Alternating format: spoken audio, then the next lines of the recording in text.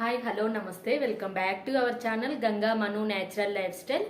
ఈరోజైతే బ్రేక్ఫాస్ట్ బియ్యపు రొట్టెలైనా అనొచ్చు, లేకపోతే సొరకాయ గారెలైనా అనొచ్చు, లేకుంటే బియ్యపు అట్టులైనా అనొచ్చు, ఏదైనా అనుకోవచ్చు.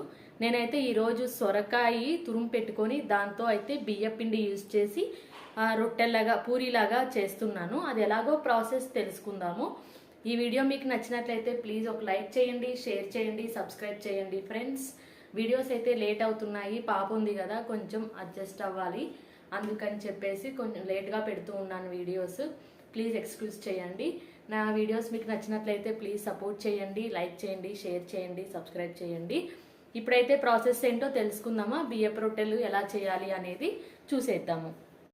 ఇప్పుడు బియ్యపు రొట్టెకి కావాల్సినవి ఏంటివి అంటే, ఇప్పుడు వచ్చేసి సొరకాయ ఒక 1/2 కేజీలో సొగము అంటే 1/4 కేజీ మైన తురుము పెట్టుకున్నాను సొరకాయ.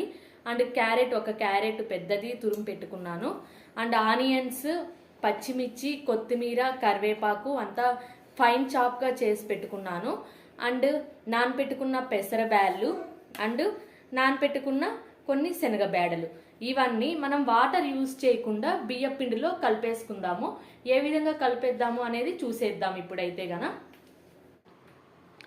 ఇక్కడ అన్నీ తీసుకున్నాం కదండి. సొరకాయ తురుము, క్యారెట్ తురుము, ఆనియన్స్, పచ్చిమిర్చి, పెసరబేడలు ప్లస్ శనగబేడలు అవన్నీ నేనైతే బియ్యపు పిండి 3 కప్స్ అయితే తీసుకున్నాను. మన ఇంట్లో చిన్న కప్స్ ఉంటాయి కదా, ఇప్పుడు నేను పెసరబేడలు నానపెట్టుకున్నాను కదా, ఆ కప్పుతో 3 కప్స్ అయితే తీసుకున్నాను బియ్యపు పిండి.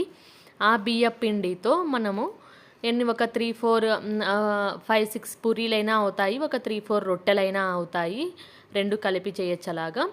సో ఇప్పుడు బియ్యపు పిండిలోకి సొరకాయ తురుము వేసుకున్నాను, తర్వాత నానపెట్టుకున్న పెసరబేడలు వేసుకున్నాను, తర్వాత నానపెట్టుకున్న శనగబేడలు వేసుకున్నాను. ఇప్పుడైతే తురుము పట్టుకున్నాం కదా, క్యారెట్ తురుము అది వేస్తున్నాను. ఇప్పుడు ఆనియన్స్, పచ్చిమిర్చి అన్నీ కలిపేస్తున్నాను. వాటర్ అనేది అసలు యూజ్ చేయకూడదండి, ఎందుకంటే సొరకాయలో ఎక్కువ వాటర్ కంటెంట్ ఉంటుంది కాబట్టి మనము చూసుకుంటూ ఆ సొరకాయతోనే కలిపేయాలి బియ్యపు పిండి అంతా. వాటర్ కానీ యూస్ చేసాము అంటే మళ్ళీ పిండి అనేది జావ అయింది అంటే మనకి పూరి కానీ రొట్టె కానీ తట్టుకోవడానికి అస్సలు బాగా రాదు. సో ఈ విధంగా అయితే నేను కలుపుకున్నాను, వాటర్ యూస్ చేయకుండా. ఒక 5 to 10 minutes బాగా కలిపితే అదే నానుతూ పిండి అనేది బాగా మిక్స్ అయిపోతుంది బియ్యపు పిండి. చూశారు కదండి, మనం పూరీకి గోధుమ పిండి ఎలా అయితే చేసుకుంటామో ఆ విధంగా ఆ కన్సిస్టెన్సీ లాగా రావాలి. నేను ఇక్కడ సాల్ట్ టేస్ట్ చేస్తున్నాను, అన్నీ కరెక్ట్గా సరిపోయినాయా లేదా అని చెప్పేసి. ఇప్పుడైతే నేను కడాయి పెట్టుకొని ఆయిల్ హీట్కి పెట్టాను డీప్ ఫ్రై చేసుకోవడానికి. ఒక కవర్ తీసుకొని దాని మీద పూరి తట్టినట్లు తట్టుకొని మనము చిన్నగా తీసేసి ఆ ఆయిల్లో వేసేయాలన్నమాట. ఆయిల్ అనేది మనం ఫస్ట్ హైలో పెట్టుకొని కాగిన తర్వాత ఫ్లేమ్ అనేది సిమ్లో పెట్టేసుకోవాలి, లో ఫ్లేమ్ పెట్టేయాలి. ఎందుకు అంటే అవి మనం హైలో పెట్టాము అంటే పైనంతా కాలుతుంది, లోపల కాలదు. ముందే బియ్యపు పిండి కదండి, మనకి డైజెస్ట్ అవ్వాలంటే టైం పడుతుంది, లేకుంటే స్టమక్ పెయిన్ అలా వచ్చేస్తుంది. పిల్లలు కానీ అలా తిన్నారు అంటే కొంచెము బాగా మంటగాని వస్తే బాగుంటుంది. అదేవిధంగా మళ్ళీ రెండో పూరి తట్టుకుంటూ ఉన్నాను.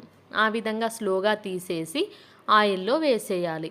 ఆయిల్లో వేసేసిన తర్వాత మనం పూరి ఎలా కాల్చుకుంటామో అటు ఇటు తిప్పుకొని ఆ విధంగా అయితే కాల్చేయాలి. ఇవి మార్నింగ్ బ్రేక్ఫాస్ట్గా అయినా తినచ్చు. దాంట్లోకి ఏమి కర్రీస్ కానీ చట్నీస్ కానీ ఏమీ అవసరం ఉండదు, ఎందుకంటే మనం అన్నీ వేసాం కదా అండి దాంట్లో, పచ్చిమిర్చి, ఆనియన్ అన్నీ, ఆ టేస్టే సరిపోతుంది. లేదు అంటే మనం స్నాక్స్గా అయినా తినచ్చు. లంచ్ బాక్స్లోకి అయినా కానీ పిల్లలకి స్నాక్స్ బాక్స్లోకైనా బాగా యూజ్ అవుతుంది. నేను మళ్ళీ ఇప్పుడు డీప్ ఫ్రై లాగా పూరీలాగా చూపించాను కదండి, మళ్ళీ ఇప్పుడు బియ్యపు రొట్టె ఏ విధంగా చేస్తారు అనేది చూపిస్తున్నాను. దీనికి కొంచెము పెద్దదిగా తీసుకోవాలి పిండి, తీసుకొని బాగా సల్పాగా తట్టుకోవాలన్నమాట. తట్టుకొని ఆ చివర్లు పోతుంది కదండి, ఆ చివర్లు మనం అడ్జస్ట్ చేసుకుంటూ ఉండాలి. అలాగా అడ్జస్ట్ చేసుకొని మళ్ళీ తట్టుకొని పెను మీద అయితే వేసేయాలి. ఇప్పుడు ఇదైతే మనము మార్నింగ్ ఆయిల్ డీప్ ఫ్రై ఎందుకు తినడం అనుకుంటే ఈ విధంగా రొట్టెలా అయినా చేసుకొని తినచ్చు. ఇలా బాగుంటుంది, ఆ విధంగా కూడా బాగుంటుంది. మనకి ఏ విధంగా నచ్చితే ఆ విధంగా చేసుకోవచ్చు. ఇది చపాతీ కాల్చినట్లు కాల్చేయడమే ఇలాగా చేసుకుంటే. ఇది కూడా చాలా బాగుంటుంది. ఎందుకంటే కొంచెము మనకి ప్రోటీన్స్ కూడా బాగుంటాయి కదండీ. క్యారెట్ అండ్ పెసరబేడలు, శనగబేడలు అన్నీ పడ్డాయి కదా సొరకాయి. సో పిల్లలకు కూడా బాగా ఇష్టంగా తింటారు ఈ విధంగా చేస్తే. చూశారు కదండి, పూరీలాగా రొట్టెలాగా వచ్చాయి కదా. నేనైతే ఇక్కడ తింటున్నాను. చాలా బాగా వచ్చాయి టేస్ట్ అయితే మటుకు. మీరు కూడా ట్రై చేయండి. ఈ వీడియో నచ్చినట్లయితే ప్లీజ్ లైక్